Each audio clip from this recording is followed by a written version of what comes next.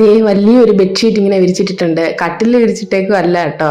ഇതെന്തിനാ വെച്ചാൽ നമ്മുടെ തുണിയൊക്കെ ഇതിനകത്ത് കെട്ടിക്കൊണ്ടുപോകാനാ. ഞാൻ കഴിഞ്ഞ വ്ളോഗുകളിലൊക്കെ പറഞ്ഞിരുന്നു നമ്മൾ ഈ വീട് ഷിഫ്റ്റ് ചെയ്ത് വേറെ വീട്ടിലോട്ട് മാറുകയാണ്. ഏറ്റവും താഴത്തെ നില നമുക്ക് കിട്ടി. താമസിക്കുന്ന ഈ ബ്ലോക്കിന്റെ കുറച്ച് മുന്നോട്ട് മാറി ഒരു ലെഫ്റ്റ് സൈഡിലോട്ട് വരും പുതിയ ബ്ലോക്ക്. അപ്പം മൂവേഴ്സിനും പാക്കേഴ്സിനും ഒന്നും അല്ല, നമ്മൾ തന്നെയാണ് മൂവേഴ്സും പാക്കേഴ്സും ഒക്കെ. പിന്നെ ഇവിടുത്തെ ഹൗസ് കീപ്പിംഗ് സ്റ്റാഫ് ഒരു 5-6 പേര് വന്നിട്ട് മെല്ലെ മെല്ലെ അതങ്ങ് ഷിഫ്റ്റ് ചെയ്യും. അപ്പോൾ തുണിയും കാര്യങ്ങളൊക്കെ രാക്ക എങ്ങനെ ചെയ്യുന്നത്, വലിയൊരു ബെഡ്ഷീറ്റിലേക്ക് ഇങ്ങനെ കെട്ടി ഇങ്ങനെ വെക്കും. അവർ 2 പേര് ചേർന്ന് കൊണ്ട് താഴോട്ട് വെക്കാവുന്നതല്ലേ ഉള്ളൂ. തുണിയുടെ സെക്ഷനൊക്കെ രാക്കയെ നോക്കിക്കോളാന്ന് പറഞ്ഞു.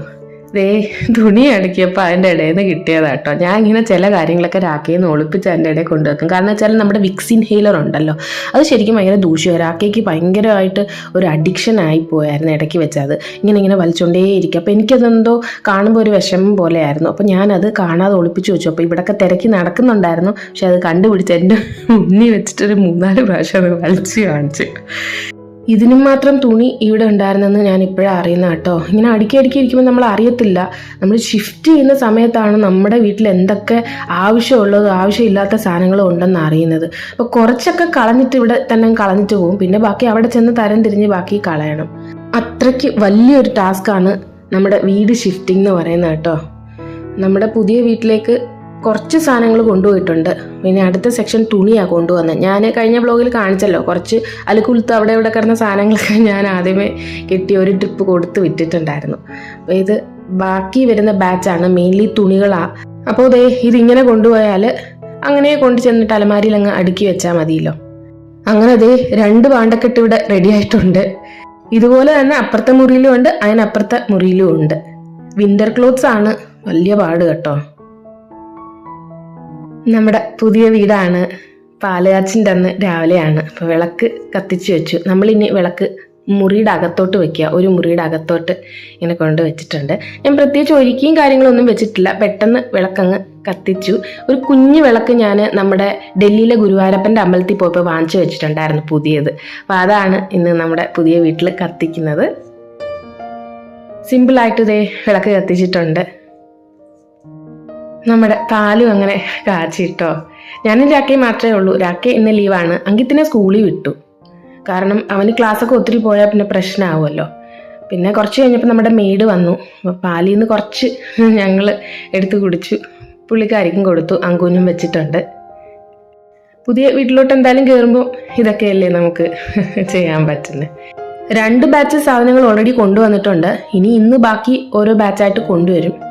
എന്നിട്ട് മെല്ലെ മെല്ലെ അടുക്കി വെക്കണം. അതും വലിയൊരു കാര്യം തന്നെയാണ് ഈ അടുക്കി വെക്കലെന്ന് പറയുന്നത്. അത്യാവശ്യത്തിന് ആദ്യം തന്നെ ബെഡ്റൂമും കിച്ചണും അങ്ങ് സെറ്റ് ചെയ്യും. പിന്നെ ബാക്കിയുള്ളതെല്ലാം മെല്ലെ മെല്ലെ ചെയ്യുന്നതേ ഉള്ളൂ.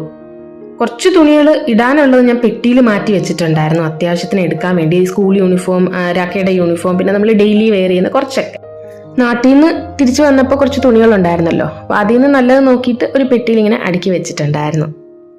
ബ്രേക്ക്ഫാസ്റ്റും ഡിന്നറും ഒക്കെ നമ്മുടെ ടൗൺഷിപ്പിലെ വീട്ടിൽ നിന്ന് വാങ്ങുകയാണ്. അപ്പോൾ രാവിലെ പറാട്ടയും തൈരും വന്നിട്ടുണ്ട്.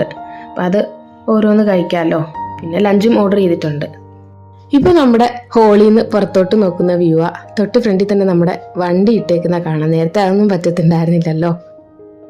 അങ്ങനെ ഇങ്ങനെ വായി നോക്കി നിൽക്കുമ്പോൾ നമ്മുടെ ഇവിടുത്തുള്ള വേറൊരു മലയാളി ഫാമിലി, റൂബൻ. ഞാൻ നേരത്തെയും കാണിച്ചിട്ടുണ്ട്. ഹർഷ വന്നപ്പോൾ, ഹർഷ നാട്ടിൽ നിന്ന് അവർ സ്ഥിരം ഇവിടെ ഇല്ല ഫാമിലി, റൂബൻ മാത്രമേ ഉള്ളൂ. ഹർഷ വന്നപ്പോൾ ഞാൻ ആ വ്ളോഗൊക്കെ ഇട്ടിട്ടുണ്ടായിരുന്നു. അപ്പോൾ റൂബനെയും വിളിച്ചു, ഒരു ഗ്ലാസ് പാലൊക്കെ കൊടുത്തു. നമ്മുടെ സാധനങ്ങൾ ഇതേ ഓരോ ട്രിപ്പായിട്ട് വരുന്നുണ്ട്. ഫ്രിഡ്ജും കാര്യങ്ങളും അങ്ങനെയൊക്കെ ഉള്ളത് വന്ന് ലോഡ് ഇറക്കിയിട്ടുണ്ട്. പിന്നെ കുറച്ച് പാത്രങ്ങളും. നമ്മുടെ ഹോള് നിറച്ച് സാധനങ്ങളാണ്. പെട്ടെന്ന് കട്ടൻ എടുത്തിട്ട് കേട്ടോ, കാരണം പുറത്തുനിന്ന് നന്നായിട്ട് കാണാൻ പറ്റും നമ്മൾ ഓടുന്നതും ചാടുന്നതും നടക്കുന്നതും ഒക്കെ. അപ്പോൾ തൽക്കാലത്തേക്ക് ബെഡ്റൂം ഒന്ന് സെറ്റാക്കി, ഞാൻ പറഞ്ഞല്ലോ. പിന്നെ ഇനി കിച്ചൺ സെറ്റാക്കണം. ബാക്കി മെല്ലെ മെല്ലെ ചെയ്യുന്നേ ഉള്ളൂ. അപ്പോൾ അങ്കിത്തും രാക്കയും എല്ലാം അവരവരുടെ ഓരോ പാർട്ട് ചെയ്യുന്നുണ്ട്. അപ്പം ഞാൻ ഇവരൊക്കെ ചെയ്തതിന് ശേഷം, ഇവരൊന്നും ഇല്ലാത്ത സമയത്ത് മെല്ലെ ഉള്ളൂ എൻ്റെ പണികൾ ചെയ്യുന്ന കൂട്ടത്തിൽ ഞാൻ ചെയ്യുന്നില്ല. ഞാൻ ഇപ്പോൾ ഇൻസ്ട്രക്ഷൻസ് കൊടുക്കത്തേ ഉള്ളൂ. ദേവി, ഇനി ഇതെല്ലാം ഒന്ന് സെറ്റാക്കുന്ന ഒരു സമാധാനം ഇല്ല സത്യം. നമ്മുടെ ലഞ്ച് എത്തിയിട്ടുണ്ട്. റൊട്ടിയും വെണ്ടയ്ക്ക മെഴുക്ക് വരട്ടി, അതായത് ഇവിടുത്തെ ഭിണ്ടി സബ്ജി എന്ന് പറയും. പിന്നെ ദാല്, നമ്മുടെ ചെറുപയറിൻ്റെ ദാലാട്ടോ, മൂങ് ദാൽ എന്ന് പറയും ഇവിടെ. അപ്പോൾ അതായിരുന്നു ലഞ്ച്. പുതിയൊരു കർട്ടൻ നമ്മുടെ കിച്ചൺ എൻട്രൻസിന് വാങ്ങിച്ചു കേട്ടോ. നേരത്തെ ഉണ്ടായിരുന്ന ഒരു പ്ലെയിൻ കർട്ടൻ ആയിരുന്നല്ലോ, അതൊരുവിധം കേടായി. അപ്പോൾ പിന്നെ പുതിയ ഒരെണ്ണം വാങ്ങിച്ചു. ഇത് അത്ര ട്രാൻസ്പാരൻ്റ് ആയിട്ടുള്ള കർട്ടൻ അല്ല കേട്ടോ, മഴത്തുള്ളി പോലത്തെ എന്തോ ഡിസൈനൊക്കെ ഉണ്ട്. രാക്കെ പിന്നെ ടി വിയും സ്പീക്കറും അങ്ങനെയൊക്കെ ഉള്ളതൊന്ന് സെറ്റ് ചെയ്തു. വാക്യൂം ക്ലീനർ വെച്ചൊന്ന് ഡസ്റ്റ് ചെയ്യുക. അപ്പോൾ ജസ്റ്റ് ആദ്യം ഒന്ന് ഡസ്റ്റ് ചെയ്താൽ പിന്നെ നമ്മുടെ മെയ്ഡ് വന്ന് തൂത്ത് തുടച്ച് ക്ലീൻ ആക്കി തരും. നമ്മൾ ഇടയ്ക്കുള്ള പൊടിയൊക്കെ ഉണ്ടല്ലോ, അത് ഈ വാക്യൂം ക്ലീനർ കൊണ്ട് നല്ലതാണ്, ആ ഡസ്റ്റൊക്കെ അങ്ങ് എടുക്കും. പക്ഷേ ഡെയിലി നമുക്ക് ഇത് വെച്ച് ചെയ്താൽ നമുക്കൊരു വൃത്തിയാകത്തില്ല, അത് തൂത്ത് തുടയ്ക്കാൻ തന്നെ വേണം. പണ്ട് നമ്മുടെ വീട്ടിൽ നിന്ന് പുറത്ത് വെക്കുമ്പോൾ മരങ്ങളുടെ മേളിയും താഴോട്ടായിരുന്നു, ഇത് മരങ്ങളുടെ താഴേന്ന് മുകളിലോട്ടാണ് എനിക്ക് കാണാൻ പറ്റുന്നത്. ഫ്രണ്ടിൽ ഒരു പൂച്ചെടി നിൽപ്പുണ്ട്, അവിടെ കുറേ നമ്മുടെ ബട്ടർഫ്ലൈസും കുഞ്ഞു കുരുവിയൊക്കെ വന്നിരിപ്പുണ്ട്. പിന്നെ ചുറ്റും കുറേ കറിവേപ്പിലയുണ്ട് കേട്ടോ, അതിലൊരെണ്ണം നല്ല ഫ്ലേവറുള്ള, അതൊക്കെ ഞാൻ നോക്കി വെച്ചു.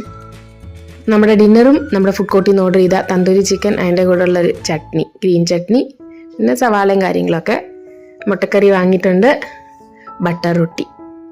ഞാൻ അധികം പണി ചെയ്തിട്ടില്ല കേട്ടോ, രാഖയും അങ്കുവും കൂടെയാണ് എല്ലാം ഒതുക്കി തന്നത്. കാരണം ഞാൻ പറഞ്ഞല്ലോ എനിക്ക് കുറച്ച് ഹെൽത്ത് ഇഷ്യൂസൊക്കെ ഉള്ളതുകൊണ്ട് അങ്ങനെ അങ്ങ് എക്സ്പോസ് ചെയ്ത് ചെയ്യാൻ കുറച്ച് ബുദ്ധിമുട്ടുണ്ട്. മെല്ലെ മെല്ലെ ചെയ്ത് തീർക്കുന്നേ ഉള്ളൂ. നെക്സ്റ്റ് ഡേ മോർണിംഗ് ആണ്. അപ്പം നമ്മുടെ പുതിയ വീട്ടിൽ നിന്ന് ചായ ഇട്ടു. ഞാൻ എല്ലാം ഡീറ്റെയിൽ ആയിട്ട് കാണിക്കാം കേട്ടോ. ഒന്ന് സെറ്റായി ഒന്ന് ഒതുക്കിയതിന് ശേഷം, ഞാൻ എൻ്റെ ഹെൽത്തൊക്കെ ഒന്ന് റെഡി ആയതിന് ശേഷം മെല്ലെ ഞാൻ അടുത്ത വ്ലോഗുകളിൽ ഡീറ്റെയിൽസ് ആയിട്ട് ഇടാം. അങ്കു സ്കൂളിലേക്ക് പോകാൻ റെഡി ആയിട്ടുണ്ട്.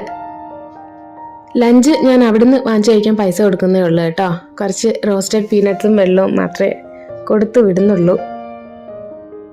നമ്മുടെ കിച്ചൺ ബാൽക്കണിയിൽ നിന്നാൽ അവൻ്റെ വണ്ടി വരുന്നതാണെന്തോ, ആ കിടക്കുന്ന അവൻ്റെ ക്യാബ് കേട്ടോ. മയില് അവിടുത്തെ പോലെ തന്നെ ഇങ്ങനെ ചുറ്റി നടപ്പുണ്ട്. പക്ഷെ നല്ല വൃത്തിയായിട്ട് നമുക്കിവിടെ ഫ്രണ്ടിൽ കാണാൻ പറ്റും. പിന്നെ നെറ്റ് ഇട്ടേക്കുന്നുണ്ട്, അത്ര ക്ലാരിറ്റിയിൽ നമുക്ക് എടുക്കാൻ പറ്റുന്നില്ല കേട്ടോ. ക്യാമറ അങ്ങോട്ട് സൂം ചെയ്യുമ്പോൾ അത് എന്തോ ഇങ്ങനെ നെറ്റിൻ്റെ അത് കാണുന്നുണ്ടല്ലോ. അത് അവൻ്റെ വണ്ടി പോയി, ഓരോ സ്കൂൾ ബസ്സുകളും വരുന്നുണ്ട്. ഇവിടെ കുറേ സ്കൂളുകളുണ്ട് കേട്ടോ. ഇവൻ്റെ സ്കൂളിലേക്ക് 6 പേരെ ഇവിടെ നിന്നുള്ളൂ മൊത്തത്തിൽ. വൈകുന്നേരം ഇന്ന് നമുക്കൊരു കല്യാണമുണ്ട്, ഗുഡ്ഗാവിൽ വെച്ചിട്ടാണ്.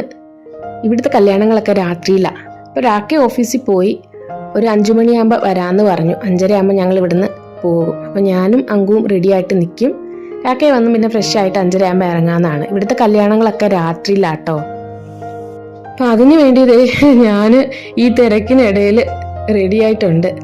അങ്കുവും റെഡി ആയിട്ട് ഇരിപ്പുണ്ട്. രാക്കെ വരിക, പെട്ടെന്ന് റെഡി ആയിട്ട് ഇറങ്ങും. എന്തായാലും വരുമ്പോഴും രാത്രി ആവും കേട്ടോ, 1 മണിയൊക്കെ ആവും തിരിച്ച് വരുമ്പോൾ. അങ്കു എൻ്റെ വീഡിയോ എടുത്തു തന്നു കേട്ടോ. അവനും സെറ്റായിട്ട് ഇരിപ്പുണ്ട്. അപ്പോൾ അവനെയും ഞാനൊന്ന് വീഡിയോ എടുത്തു. എൻ്റെ വീഡിയോ എടുക്കാൻ എനിക്ക് വലിയ ബുദ്ധിമുട്ടാണ്. എനിക്ക് ആരെങ്കിലും എടുത്തു തന്നാലേ എന്നെ കിട്ടത്തുള്ളൂ.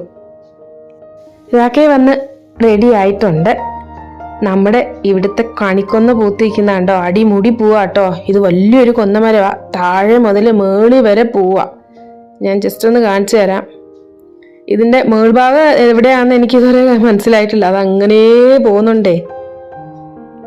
ഇപ്പോൾ ഇവിടെ കണിക്കൊന്നയുടെ സീസണാണ്. ഇവിടെ നല്ല മഴ പെയ്തു കേട്ടോ, എന്നിട്ടും അത് ഒഴിഞ്ഞു പോകുന്നില്ലെന്നുള്ളതാണ്. നമ്മുടെ നമ്മുടെ നാട്ടിലുള്ള കണിക്കൊന്ന പൂവിനെക്കാട്ടി നല്ല ശക്തിയാണ് ഇവിടുത്തെ കൊന്നപ്പൂവിന്. പിന്നെ വേറൊരു അതിശയം എനിക്ക് പറയാനുള്ളത് എന്താ വെച്ചാൽ, നമ്മുടെ പ്ലാന്റിലോട്ട് കയറുന്ന ഒരു വഴിയുണ്ടല്ലോ, നേരത്തെ ഞാൻ കാണിക്കുമ്പോഴൊക്കെ മൊത്തത്തിൽ പൊടിയും പടലും ഒക്കെ ആയിരുന്നല്ലോ, റെയിൽവേ ക്രോസിങ്ങും ഒക്കെ ആയിരുന്നല്ലോ. അവിടെ നമ്മൾ നാട്ടിൽ നിന്ന് തിരിച്ചു വന്നപ്പോൾ ഒരു ഫ്ലൈ ഓവർ വന്നു. പെട്ടെന്ന് ഞങ്ങൾ ശരിക്കും അതിശയിച്ചു പോയേ. താഴെയുള്ള ആ റെയിൽവേ ക്രോസിംഗ് ഒക്കെ ഇവിടെ നിന്ന് ഇങ്ങനെ കാണാം. പിന്നെ കുറച്ച് അങ്ങോട്ടും ഇങ്ങോട്ടൊക്കെ എന്തൊക്കെയോ ബിൽഡിംഗ് വന്നിട്ടുണ്ട്, ചുറ്റും പാടവാ. നമ്മുടെ നാടും പണ്ട് ഇങ്ങനെയൊക്കെ ആയിരുന്നല്ലോ, ഇപ്പോഴല്ലേ വലിയ വലിയ ഫ്ലാറ്റും വീടുകളും ഒക്കെ വന്നത്. അപ്പം ഇവിടെ അങ്ങനെ ഡെവലപ്മെന്റ് വരുന്തോറും നമ്മുടെ പ്രകൃതിയും മാറിക്കൊണ്ടേയിരിക്കും. ഇപ്പം ചുറ്റും പാടങ്ങളാട്ടോ. അപ്പം എന്തായാലും ഫാസ്റ്റായിട്ട് പോവാണ്. നമ്മൾ പെട്ടെന്ന് പോയി ഫംഗ്ഷൻ അറ്റൻഡ് ചെയ്തിട്ട് എത്രയും പെട്ടെന്ന് തിരിച്ചു വരണം, കാരണം പിറ്റേന്ന് സ്കൂളും ഓഫീസും ഒക്കെ ഉണ്ടല്ലോ. അപ്പോൾ ഇതെൻ്റെ ഫ്രണ്ട് പൂജ. ഞാൻ നേരത്തെയും പൂജയെ വ്ലോഗിൽ ഇട്ടിട്ടുണ്ടായിരുന്നു. ഇത് വേറൊരു ഫാമിലി കേട്ടോ, ഇവരെ ഇൻവൈറ്റ് ചെയ്തിട്ടുണ്ടായിരുന്നു. നേരത്തെ നമ്മുടെ പ്ലാന്റിൽ വർക്ക് ചെയ്തിട്ടുണ്ടായിരുന്നു. അപ്പം ഞങ്ങൾ 2 ഫാമിലി മാത്രമേ ഇൻവൈറ്റ് ചെയ്തിട്ടുണ്ടായിരുന്നുള്ളൂ ഈ കല്യാണത്തിന്. അപ്പോൾ ഇവിടുത്തെ കല്യാണം ഞാനൊന്ന് കാണിച്ചു തരാം കേട്ടോ. ഒരു വലിയ ഹോളാണ്. നമ്മുടെ അവിടുത്തെ കല്യാണം പോലെയല്ല, നമ്മുടെ ശരിക്കും റിസപ്ഷനൊക്കെ ഇപ്പോൾ ഈ രീതിയിലായിട്ടുണ്ട്. ഇവിടെ ഈ കല്യാണവും റിസപ്ഷനും ഒക്കെ ഒരുമിച്ചാട്ടോ. ബ്രൈഡും ഗ്രൂമും ഒരു സൈഡിൽ കൂടെ അവരവിടെ നിൽക്കും, ബാക്കിയുള്ളവർ ഫുഡും കാര്യങ്ങളും കഴിച്ച് എൻജോയ് ചെയ്തിങ്ങനെ നടക്കും, DJയും പാട്ടും കാര്യങ്ങളും ഒക്കെ ആയിട്ട്. അങ്കുതേ സൂഷി എടുത്തോണ്ട് വന്ന് കഴിക്കാം കേട്ടോ. കുറേ ഫുഡുണ്ട്, എനിക്കത് കാണിക്കാൻ പോലും പറ്റാത്ത അത്രയും കൗണ്ടേഴ്സ് ഉണ്ട്. അപ്പം ഞാനും കുറച്ച് എന്തൊക്കെയോ ഫുഡ് എടുത്ത് കഴിക്കുവാണ്.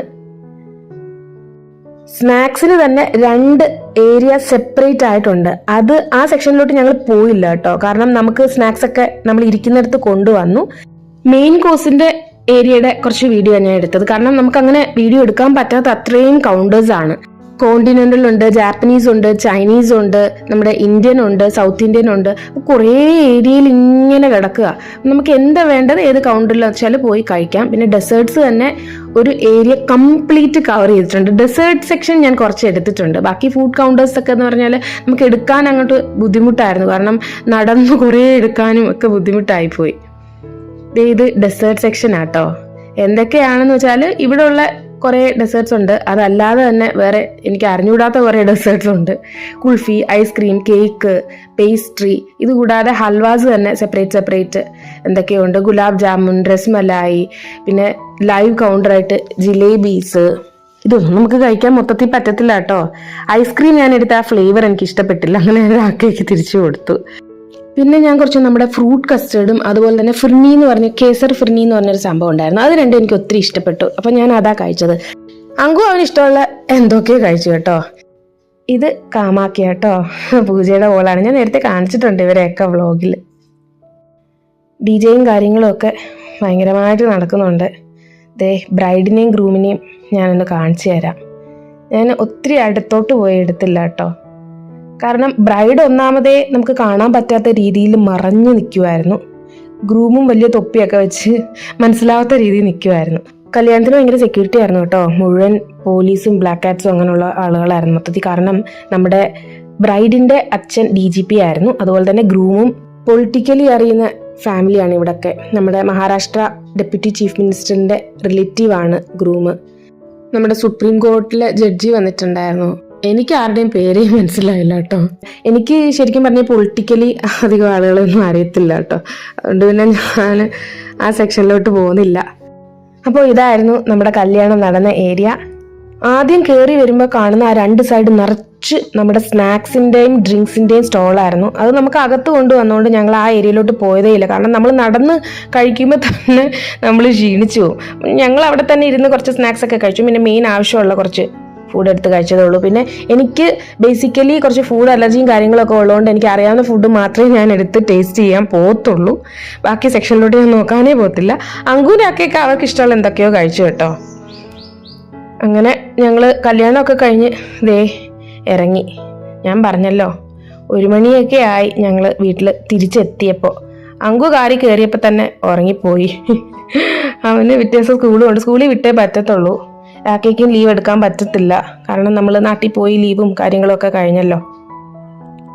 രാത്രി നമ്മുടെ ഫ്ലൈ ഓവറിൽ നിന്ന് കാണുന്ന പ്ലാന്റിന്റെ വ്യൂ ആട്ടോ. ലെഫ്റ്റ് സൈഡിൽ കാണുന്നത് നമ്മുടെ NTPC ഗവൺമെന്റിന്റെ ഇലക്ട്രിസിറ്റി ഉണ്ടാക്കുന്ന പ്ലാന്റ് ആണ്. റൈറ്റ് സൈഡിലെ ആ ഒരു ഏരിയ എന്ന് പറയുന്നത് നമ്മുടെ. അപ്പോൾ 2 പ്ലാന്റും അപ്പുറത്തും ഇപ്പുറത്തും നിന്ന് നല്ല വെളിച്ചം. അപ്പോൾ NTPC നല്ല ഒരു വിസിബിൾ ആയിട്ട് നമുക്ക് കാണാം. നമ്മുടെ പ്ലാന്റ് കുറച്ചും കൂടെ അങ്ങോട്ട് മാറിയോണ്ട് ഒരു സൈഡേ കാണാൻ പറ്റുന്നുള്ളൂ. ശരിക്കും ഞങ്ങൾക്ക് അതിശയമായിപ്പോയ ഒരു സംഭവം കേട്ടോ. ആ ഒരു മൊത്തത്തിലുള്ളൊരു ലുക്കേ മാറി. മൊത്തത്തിൽ പൊടിയും കാര്യങ്ങളും ഒക്കെ ആയിട്ട് കിടന്ന ഒരു റോഡ് അല്ലെങ്കിൽ ഒരു സ്ഥലം ഇത്രയും സൂപ്പറായി മാറിയപ്പോൾ സന്തോഷവുമുണ്ട്. പിന്നെ അങ്കൂനൊക്കെ സ്കൂളിൽ പോകാൻ ഇപ്പോൾ എളുപ്പമാണ്. നേരത്തെ ഈ റെയിൽവേ ക്രോസിംഗ് ഉള്ളത് കൊണ്ട് ബുദ്ധിമുട്ടായിരുന്നു, ലേറ്റൊക്കെ ആവുമായിരുന്നു. ഇപ്പോൾ അതൊക്കെ മാറി കിട്ടി. മറ്റൊരു നല്ല വീഡിയോ ആയിട്ട് കാണുന്നത് വരെ എല്ലാവർക്കും thank you so much. Bye bye.